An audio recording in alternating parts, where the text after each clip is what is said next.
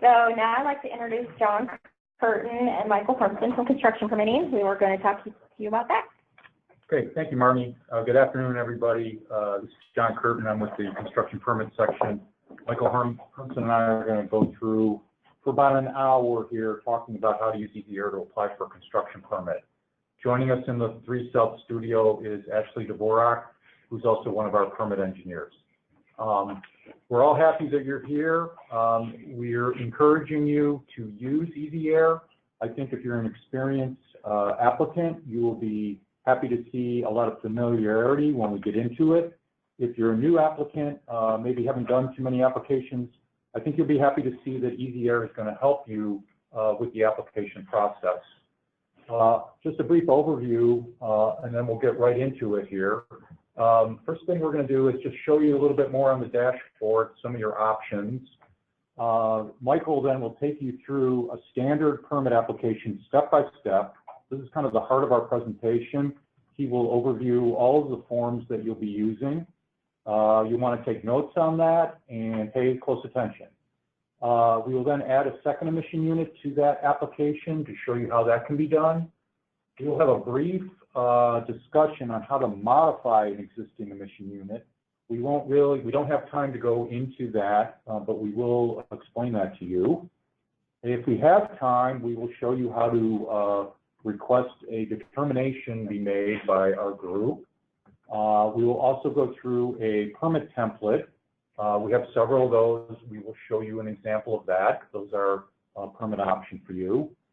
Then we'll follow up with some tips and reminders, and then at the end we will have questions. So that's an overview. So now we're going to go to our dashboard on the EASYair program. Okay, so again, here's our dashboard, and up on the top here you have 3 main modules. Kevin's talked a lot about the My Account information. I want to focus on the middle module here, the submittal. And you'll see here now you have 6 options in this module. The first 3 are when you are going to be starting a new application. So let me just click on that and let's take a look at that a little bit more closely. Okay, so you see here we have the 11 permit options for you. If you don't like the way this looks, there's a button over here that allows you to put it into more of a grid format. I'll keep it in the kind of the default format. We're going to spend most of our time talking about the standard construction permit application down here, but I want to also indicate to you that for folks who have used other things, general permits or paint booth by rule, you can use those application formats within EASYair. So we have, in addition to the standard application, we have 5 templates: aggregate processing plant, bulk gasoline plant, concrete batch plant. Okay, you know who you are if you're in that industry. These are industry-wide permits. Group 2 country grain elevators are for country grain elevators that have the potential to emit more than 15 tons a year of PM10. That's a general type permit. And we also have the hot mix asphalt plants. Okay, so we will talk about one of those if we have time today. In addition to the standard permit application and the general permits, we also have a registration for the smaller grain elevators, Group 1, that's a registration. We also have our permit by rule, which is over here. This is for facilities that use less than 1 or 3 gallons of paint a day. So you can apply for that. It's a registration type permit. In addition to our registrations and our permits, we also have our request for determination. This can be used by any facility. If you're concerned about a rule, or you're concerned about maybe you're going to be making some changes and you want to get an official determination made by the department, you'll be using this application form. We have for major sources, PSD sources, this PAL. It's a plant-wide limit on a specific criteria air pollutant. You can use EASYair to apply for a PAL. And finally, last but not least, is the pre-application. This is a application that you would submit to us that is not complete, but it would be something if you're going for a PSD permit, is required to be done before you apply, but it can also be used for minor sources if there is a project on the horizon that you want us to review and you want to maybe sit down and talk to us. This allows us to track our time. Okay? Looking at these different permit options, you'll notice down here, all of them have these 4 little icons down at the bottom. All right, so if we go over here, we're looking at the bulk gasoline plant. The I icon, that small I, is just telling you what permit option you're choosing. The heart is going to indicate that this is going to be one of your favorites. So if you click on that, now the red heart lights up, it'll be one of your favorite application formats. The PDF icon is a blank form that you'll be filling out in case you want to look at and see what a hard copy form looks like. And then finally, the question mark is going to give you directions, okay? So that will show up here.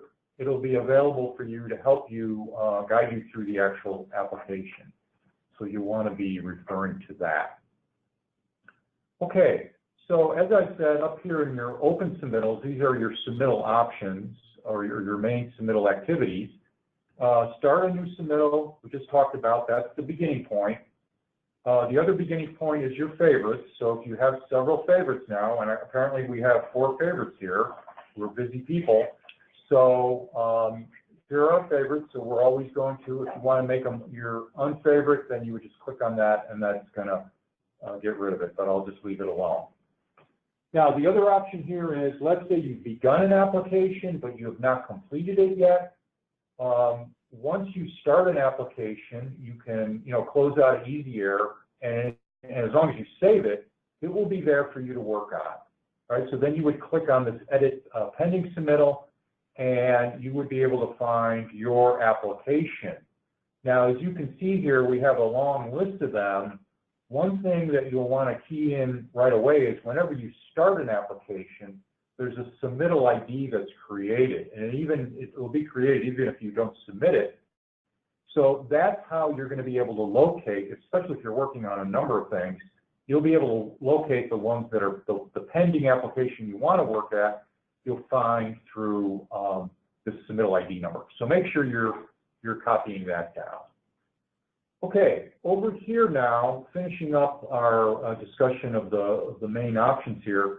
After you submit an application, you can track that submittal. Okay, so here we're down over here now, so we're down under the submitted submittal area. So I'm going to click on that. And here we have our list of applications that we've actually submitted to the DNR. I think Kevin and Marnie have already shown you this, but in a way, this is important for you because when you click on it, you're going to be able to see kind of where things are at with your application. And the way to do that is go to get to this screen, go to this tab, Work Activities, and it will now give you an idea of where are we at, the DNR, where is Air Quality Bureau at with your application. We've logged it in, it's been assigned to a permit writer, things seem to be moving along, but if you find that, things aren't moving along, now you know that, and then you can contact us about saying, where are things at, and this will give you an overview. Every time we complete a task in EASYAir, this activity will be updated, okay? And this also gives you an idea of the different tasks that we have to go through when we're working on these applications, okay? So make use of that. Okay, I'll go back to just the search. So here, over here then, manage permits and certificates. That also has been talked about a little bit. You'll find this useful, I think, in the future. Once things start getting issued, you'll be able to find your issued permits by clicking on this icon, the Adobe, again, Acrobat icon.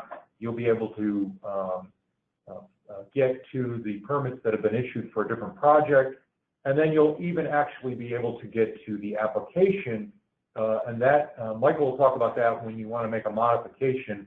That will be very handy for you.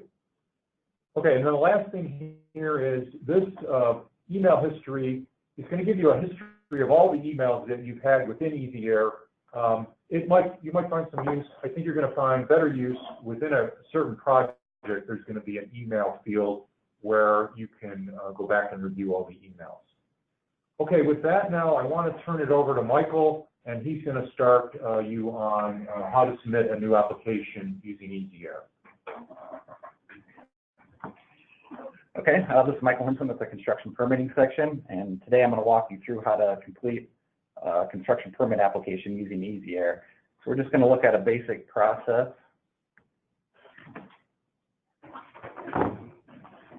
So I'll go ahead and show that to you.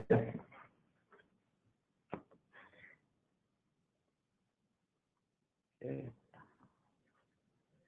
Yep. Okay. So we're just going to be looking at a basic process, a grain receiving unit that's going to be connected to a bag house and then out of one emission point. So I'll take you through all the forms, all the way up to the validation. And then we're going to set the application aside, and John's going to show you how to go back to that application and edit it to add another emission unit, and then we'll take that through submittal to the DNR. So we'll show you how to do that. Oh.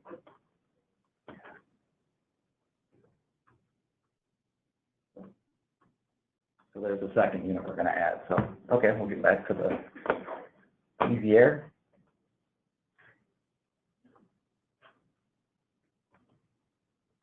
Okay, so to start a new submittal, you can go to the Start New Submittal button, as John indicated, or you can use My Favorites. So I do have it listed under My Favorites. And you're going to go to the Construction Standard Application. So you're just going to go ahead and click on Start, and that's going to bring up an application for you. So you see to the left, it has a wizard panel. So as Marnie said, it's kind of like some Turbo or tax software. It's going to guide you through the system. It's going to show you what information is required for an application. So that's going to be helpful in completing the application. So there's 5 steps to that.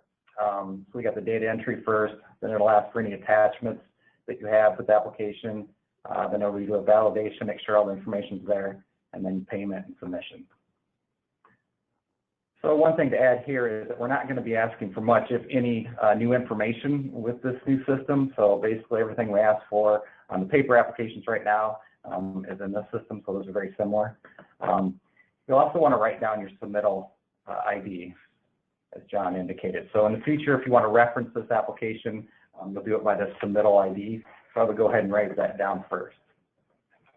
Okay, so we'll go ahead and get started with the first form. That's the facility information form. And here you're just going to give basic information on your facility.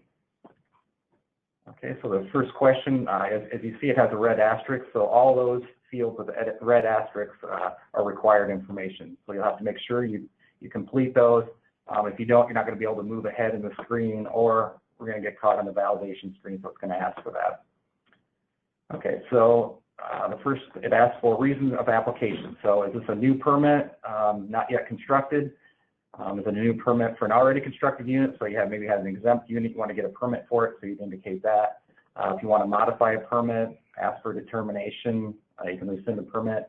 And there's a special indication for PSD projects. So of course, you may have multiple things going on in a project, so you can click more than one. So in this case, we just have one new unit, so I'm going to put new, not yet constructed. Okay, then you go down to the facility information, and you're going to click on this drop-down box and click on your site. So you may have more than one site that you're associated with. So you want to click the facility you're working on, and then that's going to fill in information for your facility, some basic information. So the address, facility number. It also indicates your billing status. So that's based on what we have in our system. If you don't think that's correct, you can go here and correct or put the correct billing status, and then we'll review that as part of the project. Okay, then we'll go ahead and fill in the facility contact information. I'll go ahead and put my information. Okay, and then you have a couple fields here that aren't required. We do encourage you to fill out those. That information is probably used somewhere in the process. To save time today, I'm just going to go ahead and skip those. Okay, then you fill in your phone number. and your email address.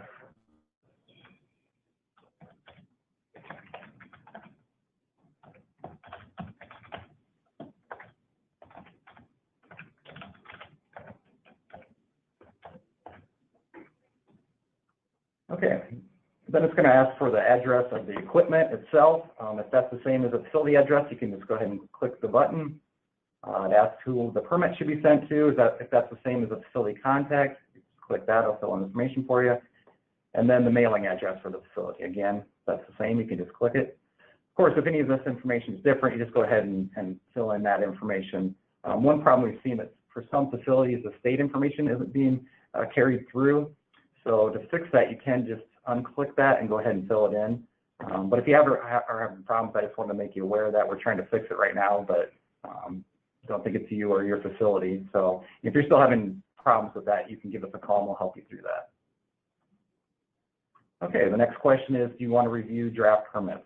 So do you want to take a look at the permits before we issue them? So I'll go ahead and indicate yes. It asks if the equipment is portable. In this case, we have stationary source, so I'll say no. If you do have portable equipment, you click yes, and then you want to attach something to the permit in step 2 that shows where this equipment will be used, whether that's on your property or throughout the state.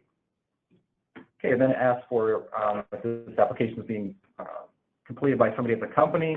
If it isn't, you click no, and then you go ahead and put in the information for the preparer, and that includes their Iowa PE number.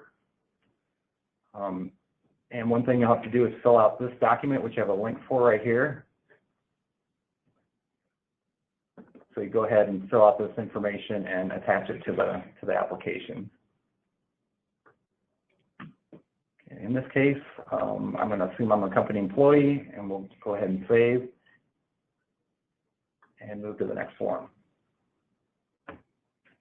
Okay, this is the cover page. This is going to ask for information about the project itself. So the first question is, do you want to upload or describe your facility? So you can choose either of those. I'm going to go ahead and type that in. So you want to give a good description here of your facility.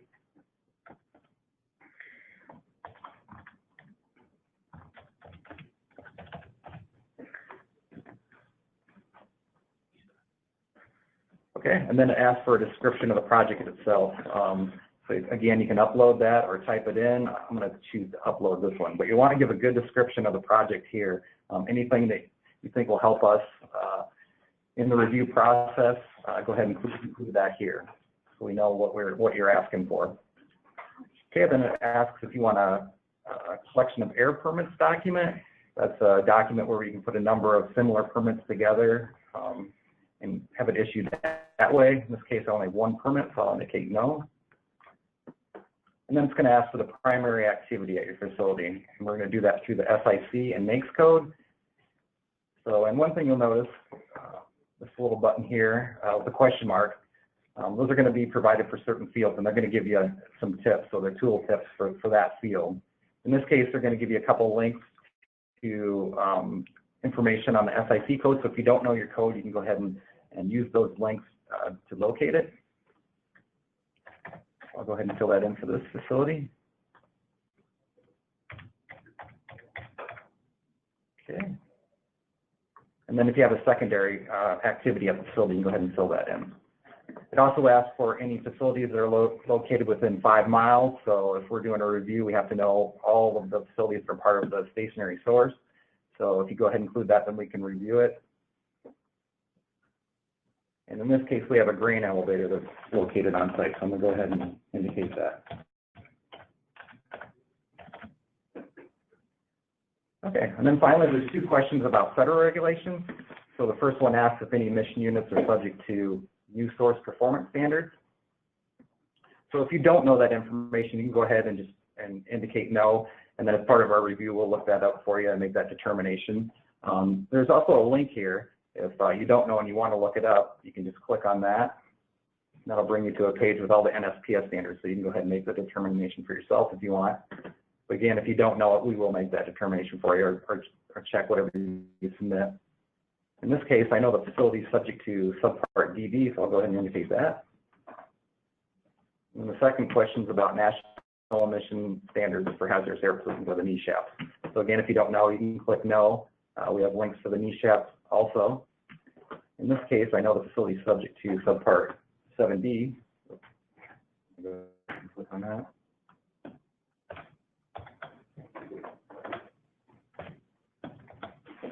Okay, and this is also where I'd like to talk about saving. So you want to make sure you save your information quite a bit in EASYAir. So if you proceed with the next button, it will save your information and take you to the next page. Although if you use previous or exit, you're probably going to lose the information you've put in since the last time you used save. So I just go ahead and save each page, see if there was any errors, which I will bring up in a red box, and then I go ahead and move forward.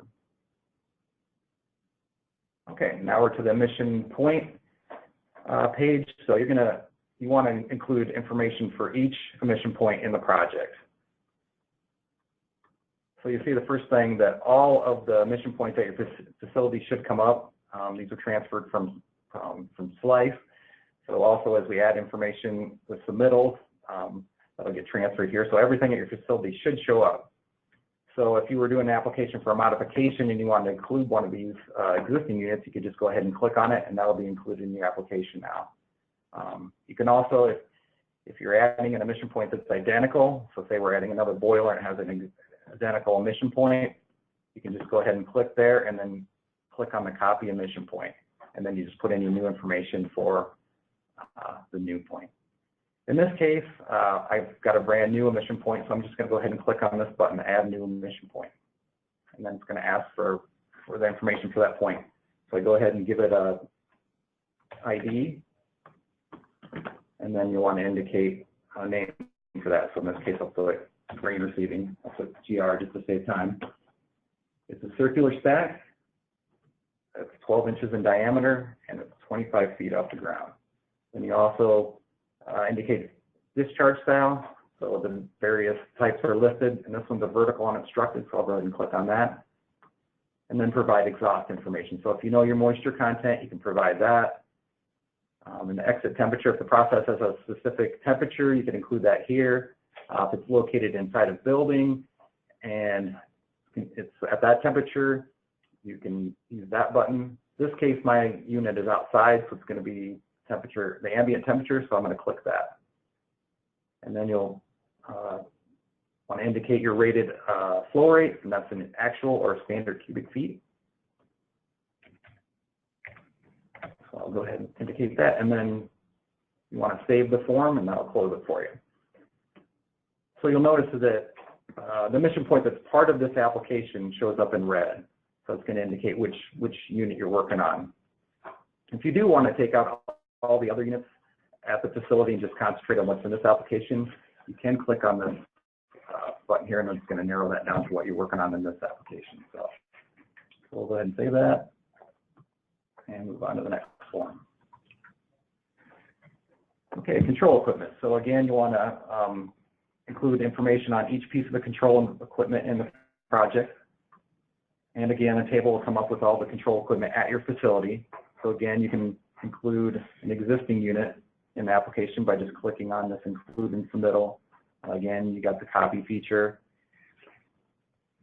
And for me, I'm adding a new bag house, so I'm going to click on add new control equipment. And that's going to bring up the control equipment detail information form. So the first thing you'll want to indicate is the device type. So some of the more common control equipments are already listed. So if you have a catalytic oxidation unit, you can click on that, and then the information that we need for that type of control equipment is listed on the form. If your equipment doesn't fall into any of these categories, we do have a miscellaneous. So you can click on that, and then it has a subtype that will help describe it. If it still isn't in the list, you can use other or other control device, and then you just want to make sure you give a good description down here in this box. Okay, in our case, we have a bag house or fabric filter, so we're going to go ahead and click on fabric filters and then give it a control ID. You include information for the manufacturer and model, indicate the date of installation, and then if it was an existing unit, you would say when the modification is going to occur in this box.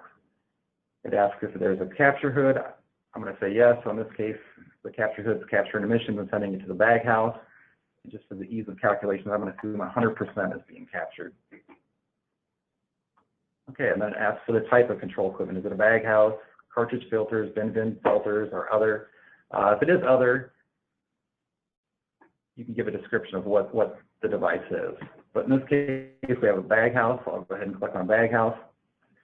And then you want to indicate how you're going to monitor the control equipment. So some of the more common ones are listed. We do have a box for other also. In this case, I'm going to do visible emission observation. So you want to go ahead and describe the range and the monitoring frequency down here. So we have no visible emissions, and we're going to do that daily. So I'm just going to put daily EE observation.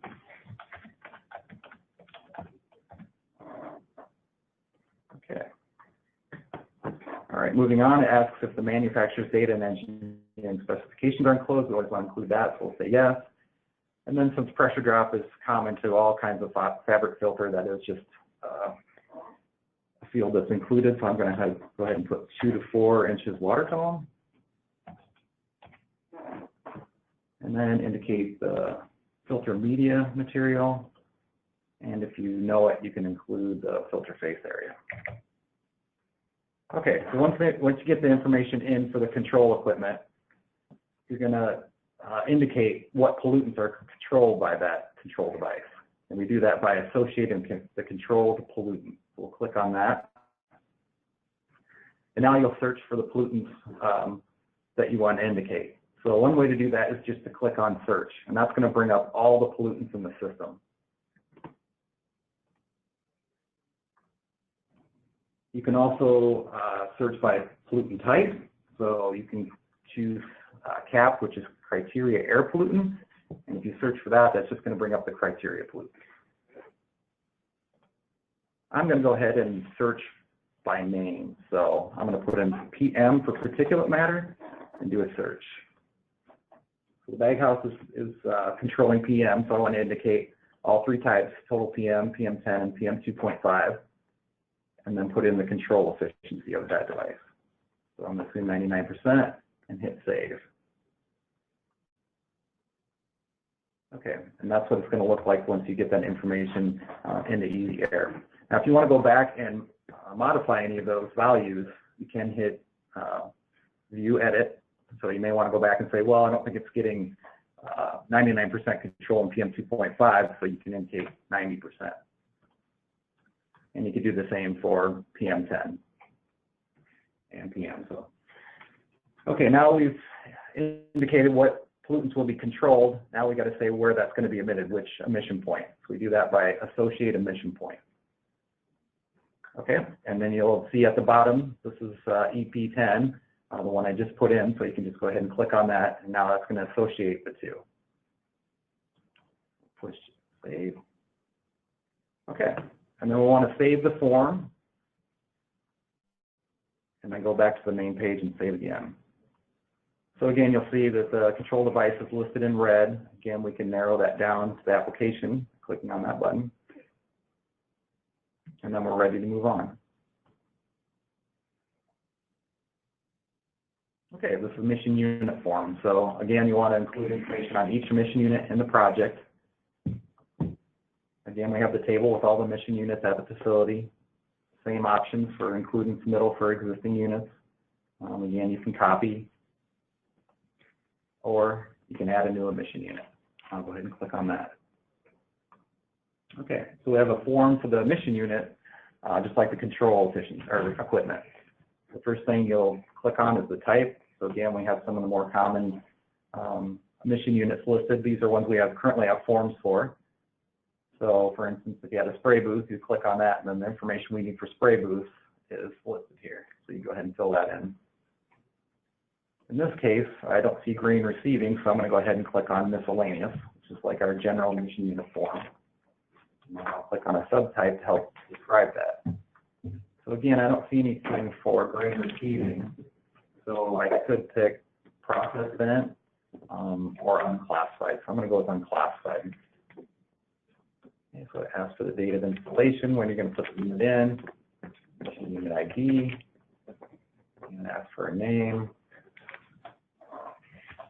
And then it's going to ask for the type. So is this a new or an existing unit? And if it's an existing unit with a permit, you want to click on that and then include the permit number, the most recent permit number. In our case, we have a new unit, so I'll click on that. I would include the manufacturer model number and then the maximum capacity. So in this case, it's 100 bushels per hour. I'll go ahead and indicate that. If you have a maximum process,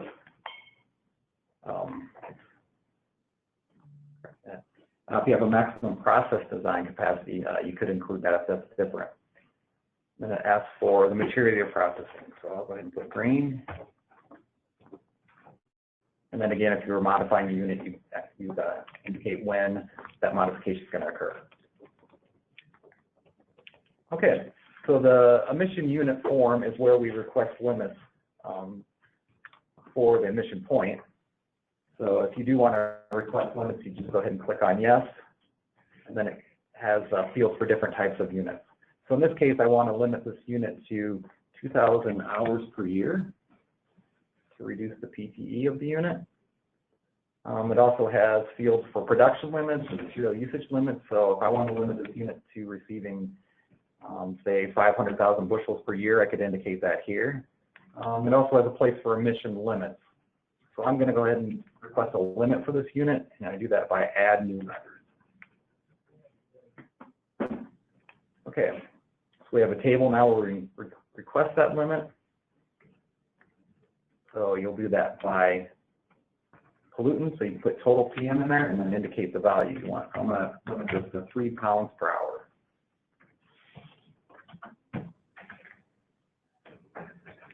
Okay. This is a good example of a table where you want to make sure to save your work, and you do that by clicking on this green check mark. So make sure you do that, and that's what it's going to look like once it's saved. If you do try to move on, it might not be saved, so that's one area to watch. Then if you wanted to request additional limits, you can just keep adding new records. Okay, and then if you have a limit that doesn't fit in any of these formats, you can request that here, and then you want to give a rationale for the requested limit.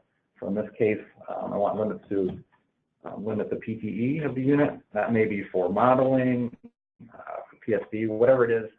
Just provide that information, and we know why you're requesting it, and we can help you get an effective permit in the or limit in the permit. Okay. For the next required information, it asks you to give a description of the project. So here you want to provide a good description of the project and anything you think it's related to.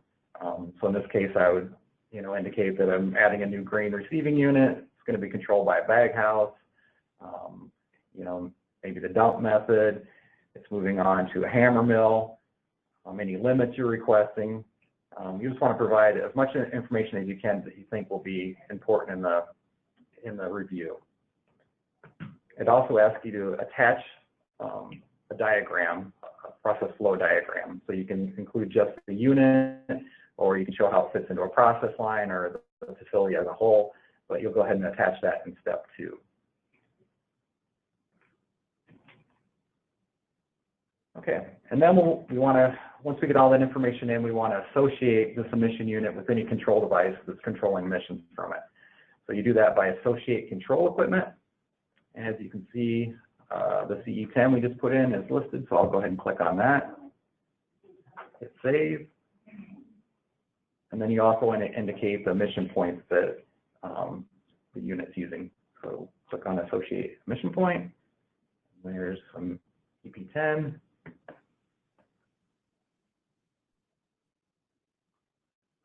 And then we'll want to save the form. And then save the main page. So again, we can narrow the emission units to the ones we're working on in this project by clicking on this button. And now we have all the information for our equipment and put it into EASYair. So I'll go ahead and move to the next screen. So this is where you want to include your emission calculations for the project. So to get started on that, you'll just add new emission calculations. And we're going to go ahead and do that by emission point. So you want to do that for each emission point in your project. Then ask for the methodology. I'm going to use emission factors. And then there's a button if you just want to attach your calculations to the application. So you can just go ahead and click on that if you have a spreadsheet with all your calculations. Some more complicated emission calculations may need to be submitted this way. So you just click on this, and then in step 2, the system will ask you to attach that. I'm just going to go ahead and go through an easy example of how to do it in the system. So to get started with that, we'll do that, or click on the Add New Record, and we're going to do it by pollutant. So it's the same search we had earlier. So I'm going to go ahead and search by name, and that's PM again. Click search. So to save time, I'm only going to go through PM. So I'll go ahead and click on that and save. Okay, so I'm using an emission factor of 1 pound per bushel. And I got that from AP 42. Control efficiency was 99%. And that comes up to 1 pound per hour. At 2,000 hours per year is 1 ton. Okay, again, here's a good example of where you want to save in a table. So let's go ahead and click save. So it looks like all the correct information's in. So we'll go ahead and save the form. Okay, so again, you want to do that for each emission point in your project. Okay, so I'll save that again. Okay, go ahead and move forward. All right, and this is the emission inventory form. So the first thing I ask is, would you like to provide this as an attachment? So if you already have this in a spreadsheet, you can go ahead and attach that again in step 2. I'm just going to run through how you can do that in the system. So we'll ask for your PSD classification. If you don't know that, you can put unknown. We'll make that determination in the project. In this case, I know we're a minor facility. And then you're going to put your inventory in 3 different tables. One is for permitted stacks, one is for fugitive sources, and one's for exempt sources. So for minor sources, you want to include everything at the facility, and you include it for each emission point at its potentials. For PSD major sources, you only have to include things that have been done in the last 5 years. So we'll go ahead and get started with the permitted stacks, add new record. And again, you'll do this by emission point. We do this for each emission point at the facility. I'm just going to show you how to do the new one. That's emission point 10.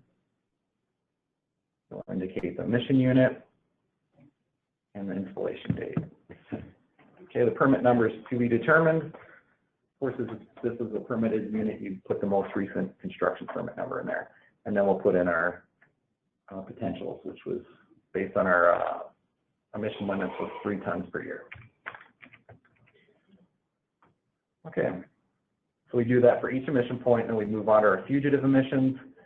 There is a discussion above in the table that shows you when fugitive emissions are required for a project. I'm not going to go through that now, but it does give that information, and if you do have questions, you can always call us on the helpline. So if you determine you do need to include them, you do that here again by just adding record and do it for each fugitive source.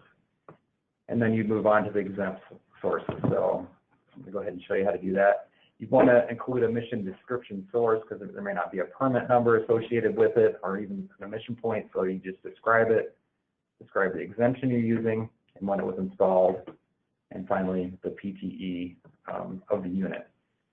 And here you would use any state standards that apply for your PTE or at its maximum capacity. So that's how you do that for those.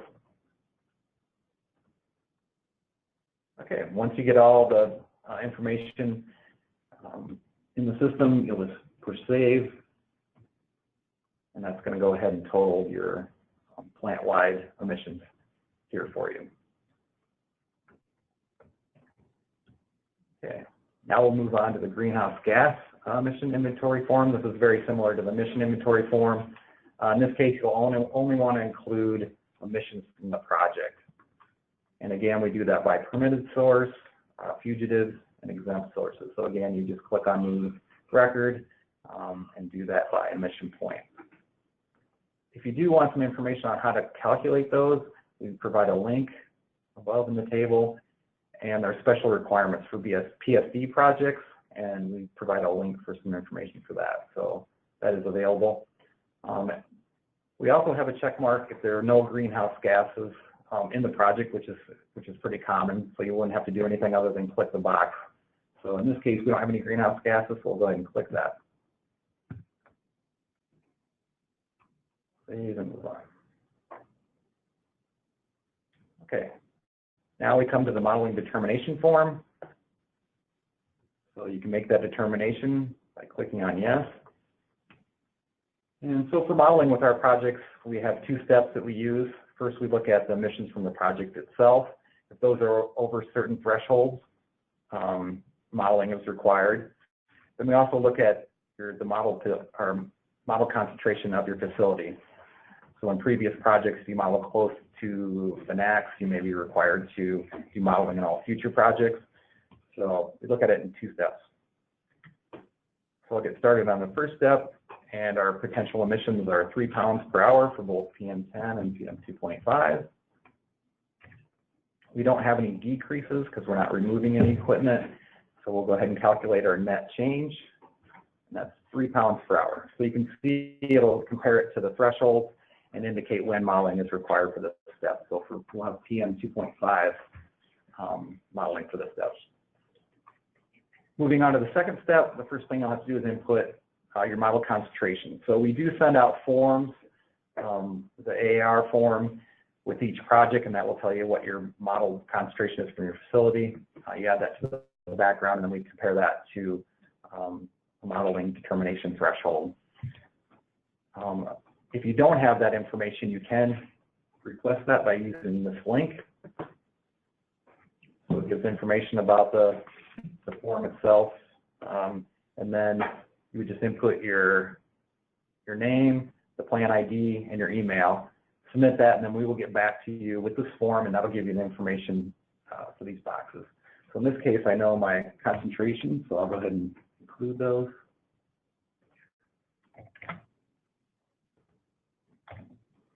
And again, push calculate. So as you can see, my PM10 total is over the modeling determination threshold. So basically, I'm really close for PM10, so modeling is going to be required for that reason. And then we have a table for the total summary from the two steps, so it's showing that I'm going to have modeling required for both PM10 and PM2.5. So if you have any questions, we do provide a telephone number here. You can call and get information. There's also a link to the modeling guidelines. It gives lots of good information, so that's available for you right here. And then finally, the last question is if modeling is required. It's going to ask if you want to do the modeling or if you want us to do it. So in this case, I'm going to have the DNR do it. I'll save that, move on to the next screen. Okay, so this is Form AF. So this is for billing, and this would be for major sources. So you can include your billing contact information and click on the payment agreement, and you go ahead and include the responsible official's name and the date. And then you go ahead and click next. In this case, we're actually a minor source.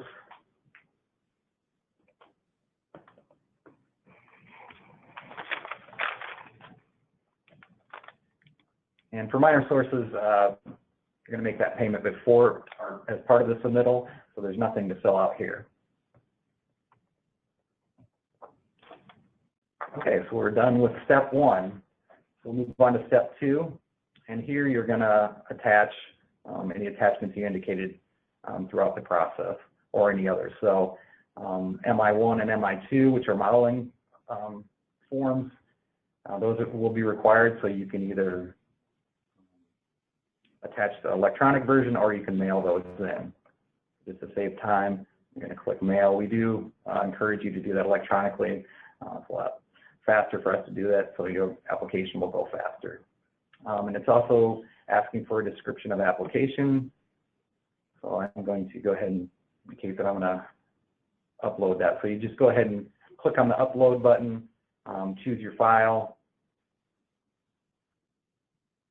and then you would, so you could upload any of these documents, and then that would be attached to the application then, which makes it pretty convenient. So there's a number of other types of attachments you can do. So anything you think would help us with our review, I'd go ahead and attach it. And we'll save that.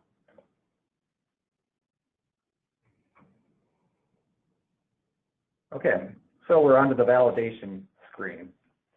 So you can see here what happens if we do forget some information. So that's going to tell you where it is, and you can go back and correct that information. So I believe that's on the emission unit form.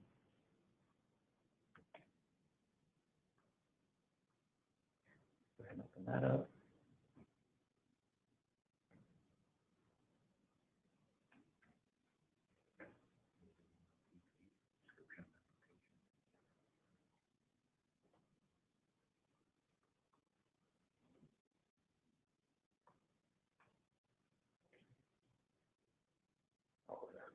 Asking for an upload, so I'll just go ahead and put type in for that one. Okay, now we'll move back to the validation steps. Save that.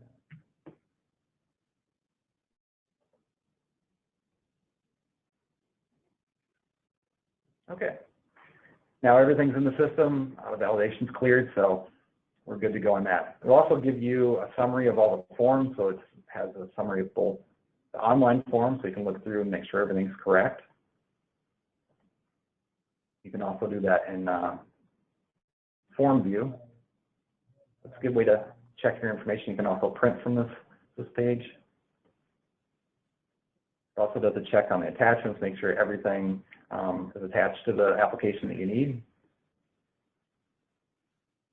And we'll go ahead and do the next page. So this is where you would pay your fee. Indicates your fee and then the payment method. So, but I'm going to go ahead and stop here. I'm going to put the application aside and then decide later if I want to add another emission unit. That's what John's going to show you, how to edit the application at a later time. So I'm going to go ahead and exit from the system. Right, so let's say you've been working on this application and you're almost done, but you find out from your boss or somebody that you need to add another emission unit. So that's what we're going to do here. We're going to go back in now and show you how to do that, and it's pretty simple. So basically, to add an emission unit to the application, we're just going to go directly to the emission unit step, the emission unit form. You can bypass these other ones that you've already got in the application. So I'm going to do that. And now we see what we currently have in the application, and we want to add another emission unit. So we're going to add a hammer mill. So again, I'm just going to show you, again, we're repeating this a little bit, but we'll show you how to do that. So this is the emission unit form. And really, this form is where you would have to make a decision on the type. And so if you're not familiar with, maybe you haven't done too many applications, the majority of time, the one you're going to be clicking on is miscellaneous. These other ones are for specific equipment: paint booth, boiler, cooling tower, engine, non-metallic mineral processing plant. If you don't fit into one of those categories, you're going to have to go with miscellaneous. Now you want the subtype, and I do find by chance that I have a hammer mill option here, so I'm going to click use that. I'll call this emission unit 11, and I'm going to call this hammer mill 4. Or maybe I have 4 already in the system, so I'll just call it hammer mill 5. It is another new unit. It is also rated at 100 bushels per hour. So I'm just going to go through again what Michael had shown you. Again, it's grain.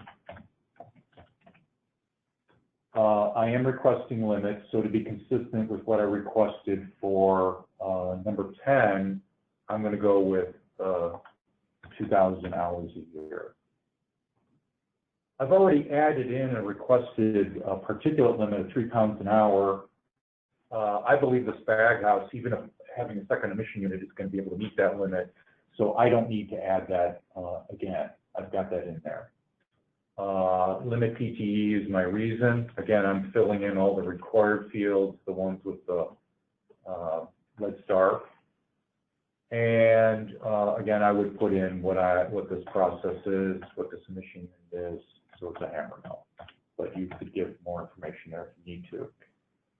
Now, whenever you add an emission unit, you still need to go through these steps of associating that emission unit with the control equipment and the emission point. So don't forget to do that before you save and click out of this form. So I'm going to do that. I'm going to find the I'm going to find the control equipment from my table. It is this fabric filter here. So I'm going to click on that and save it. Okay. And then I'm also going to find the emission unit and associate emission unit 11 with this emission point. So again, I find that, I save that, and I come back to my form now, and I see I've got the correct emission, correct control equipment and the correct emission point.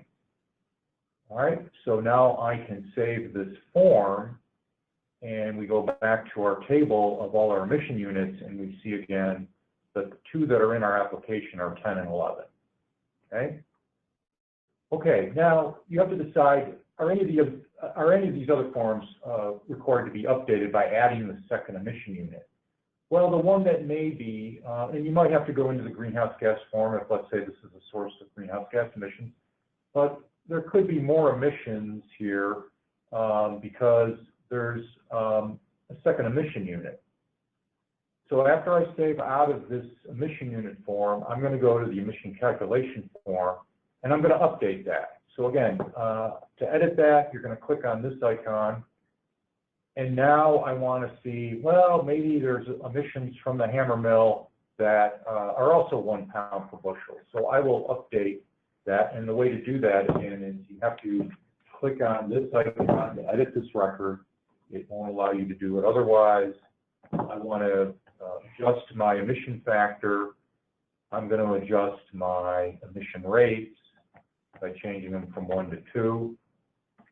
Okay, and then obviously my tons per year will go to 2. So you just think again as you're adding things in, how is that going to affect your emissions? Again, here you really are involved with a triple save situation. You're going to be saving that row. You will then save this table, and then when you get back here to this screen, you want to save one more time. Okay. Okay. I really don't have any reason to update the emissions inventory field form because potential is at 3 tons a year. I'm not going to increase that. No greenhouse gases. I'm not going to change anything for the modeling. I'm not changing anything for the AF. Attachments have all been made, so I'm good to go there. I can revalidate here, so I'm going to click on that. And again, here is a good place to check. So we want to check the emission unit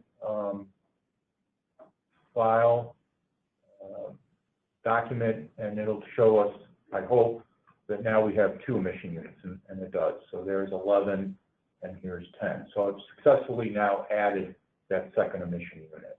Okay. All right. So I've done that. We'll go to the payment. We still only have 1 stack, so it's $385 per stack, and so that hasn't changed. I'm paying by check. Okay. You do your thing with the check. We're going to go on now, and our last step is to submit.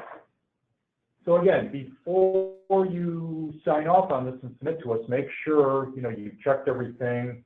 You can go back and get an application from us if it's incomplete, but to save that work, just make sure that you've included everything that needs to be in the application. So here's the final step. This is where we're going to be submitting. So we will have to certify these items here. We will have to answer the question, security question. So I'm going to do that. And then I have to enter my PIN number. So I will do that. and then we should be ready to go. So I'm going to push the button, and we're submitting the application. And EASYAir is taking some time here to process that, but keeping my fingers crossed that it's going to go through. If it doesn't, we'll probably call the DNR, but it has. So you have to be a little bit patient. I'm not that patient these days, but I'm trying to be more patient. But here we see basically our receipt. You can print a copy of this. The other thing you can do is you can go to your list of submitted applications. It will show up there. So I will do that, and there it is. You will also get an email within the system telling you that the application has been received. Keep in mind, you can do this at any time. We're not open 24/7, but EASYAir is if the system is up and running. So keep that in mind that you can make these submittals any time of day. You don't have to wait for us to be open.